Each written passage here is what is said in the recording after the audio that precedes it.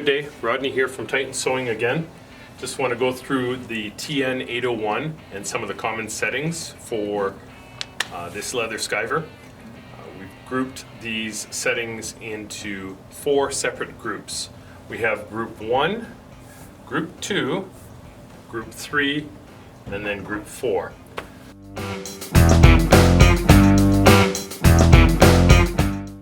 So we're going to start first at group 1.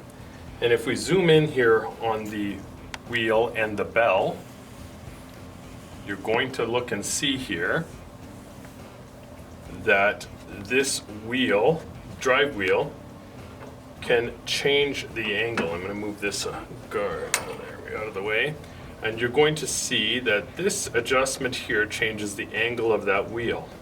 So it's important to match the wheel to the bell of the blade. So when we zoom back out here, you'll see that we have 2 different settings here.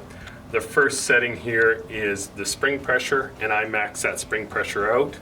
The second setting here has a lock on it, which is the closest one, and I loosen that off. And then I turn to adjust, and I want to adjust the inner wheel to match the bell. Once I've done that, simply lock that in place.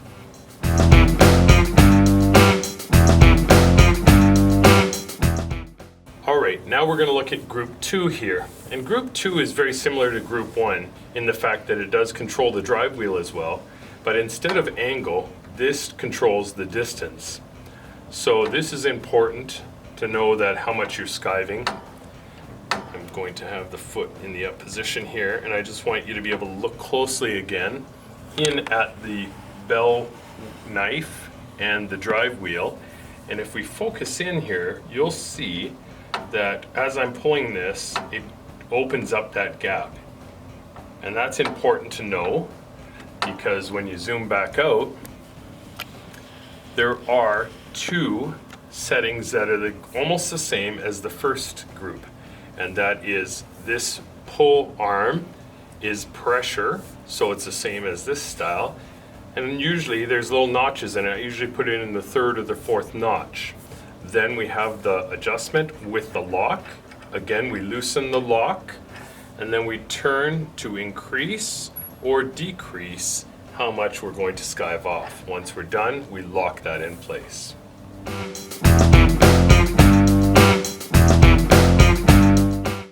Alright, now with group 3.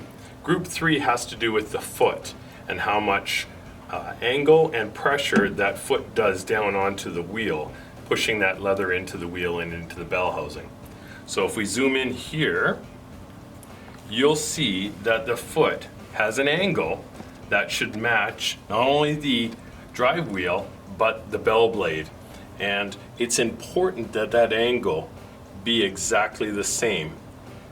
And if we zoom back out, you can see that you can change that angle on this right here, this screw. There's a lock and a screw, and that will change how much or how little of an angle this foot will have. It's important to match that angle. When I put the foot down, I can check and see and make sure the angle is set exactly where it should be, and then I can lock it down. Alright, while we're still on the foot, we have this screw on the top as well.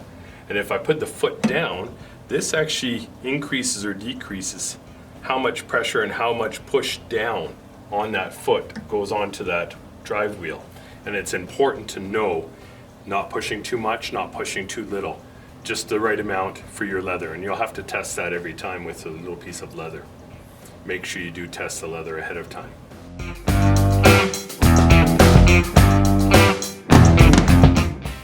Alright, so now we go into group 4. And group 4 is basically the sharpening. This guy here is used for the cleaner on the bell. Don't worry about that too much. It's not an adjustment that you have to make regularly.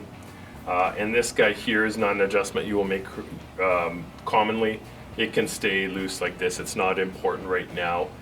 It's fine the way it is. The real adjustments are these 2 right here.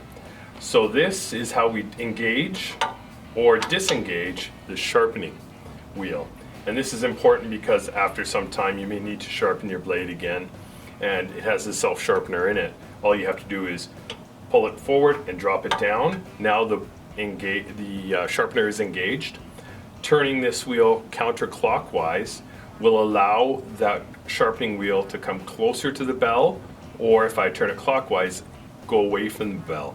Now before I start, I always start with it away from the bell. I start the machine, I will engage it slowly, don't do it too fast, you don't want to go too much.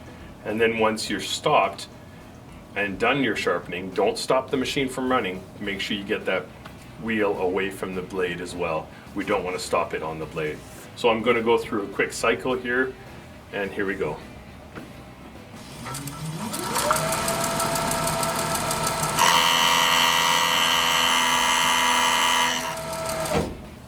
Now you can see I didn't go crazy. I just sharpened it a little bit. It's a brand new wheel. I don't need to go too far, but I didn't go too strong. I didn't go too fast.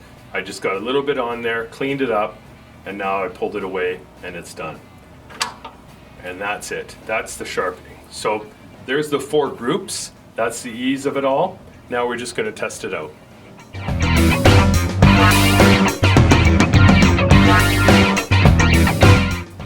All right, now I'm just going to go through a quick test, make sure everything's set perfectly after I've played with it a little bit, and let's take a look.